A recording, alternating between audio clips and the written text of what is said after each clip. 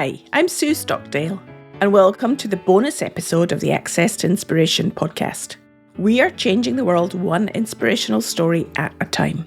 We're excited today to launch our second impact report to share the findings from the research we conducted with our listeners and guests to measure the impact that the podcast has in the world. So are we making a difference? Yes, we are, to both listeners and guests. And you can read the entire report by downloading it on our website at accesstoinspiration.org. Here are a couple of thoughts from what our listeners had to say. What I love most about the Access to Inspiration podcast is the guests. They're a diverse range of people from different backgrounds who make huge impact. Their chats with Sue are pure gold. It was great reading that the listener base shot up by 13% in the impact report. So I'm not alone in loving this audio gem. And listener Evelyn had this to say about how she was impacted by 2 episodes in particular.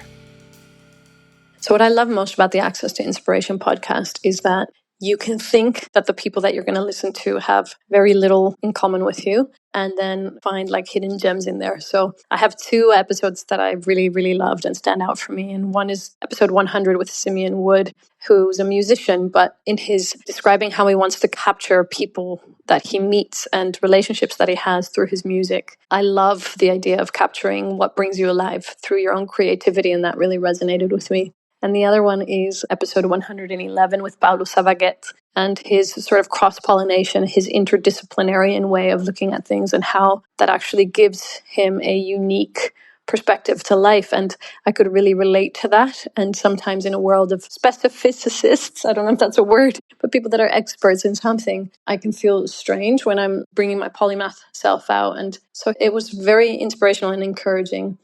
I also love that Clive and Sue have the impact report, and I see the importance of that for 2 reasons. I think one, it gives insight to me what's happening on the episodes and how their podcast is growing, but it also speaks to me of the reverence with which Sue and Clive live according to their own values and how they really try to bring that out, and they're keeping themselves accountable, and that I find inspiring, and it wills me on to do the same, to be very discriminatory with why am I doing what I'm doing? What are the values underlying it? And how can I live according to those values?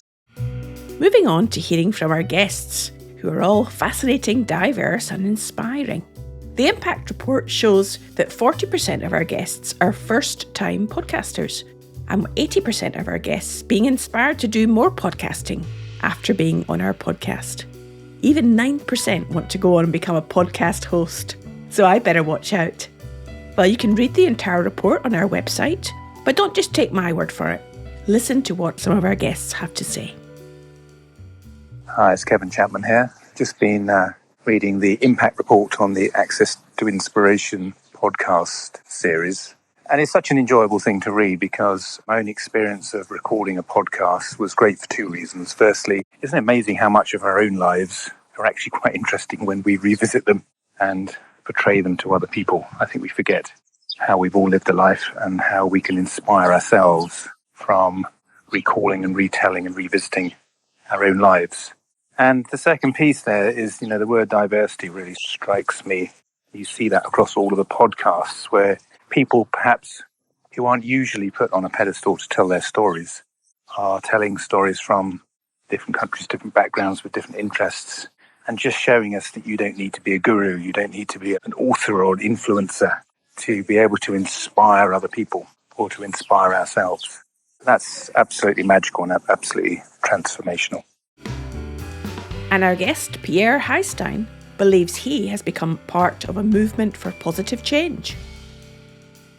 I think what really stood out for me was the feeling of, there's almost an implicit community that's created through Access to Inspiration. As a podcast guest, I feel that I'm sort of part of this group of previous speakers, and I've been able to reach out to a couple. They're all very interesting people for a variety of different reasons and life stories, but all have something in common. And it's been really amazing to be able to reach out to some of them and build that network and to have a valuable conversation, but also some really interesting work and project opportunities have come out of that. And I think that's really reflected by the report, a sense of a almost a movement for positive change, but not in an explicit way, just in a way of interesting people doing really interesting things, all brought together by commonality for trying to just make the world a little bit of a better place together. And so even though I haven't met most of them, I feel part of that.